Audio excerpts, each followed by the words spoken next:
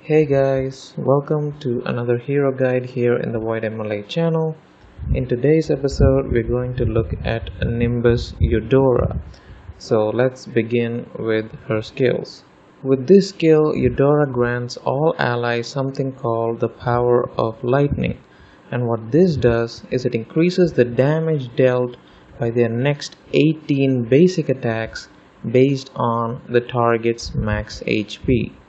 Next we have this one where she shoots these lightning bolts 5 times, dealing damage to the nearest enemy based on her own attack and the target's max HP as well.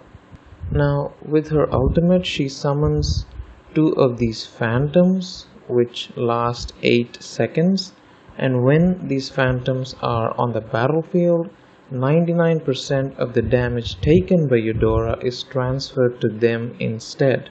Also, if these phantoms die or if their time limit is up, they will fly to the enemy with the lowest HP and explode, which causes significant damage to them. Another thing you'll notice here is that when Eudora uses this skill called Bolt Strike, the phantoms also cast the same skill. Finally, with her passive, she can stun enemies that enter her team's side of the battlefield for 2 seconds, while also reducing their attack for 6 seconds. Do note though that this effect can only be triggered once every 10 seconds for each enemy hero. Moving on to her soul vessels, the basic one and the one at level 10 tell us that she can recover up to 60 energy per second for 8 seconds after she casts this skill.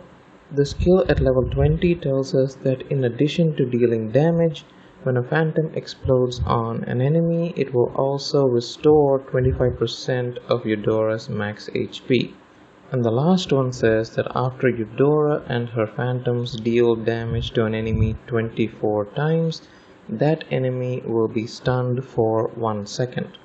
Lastly, let's look at her Orlay skills.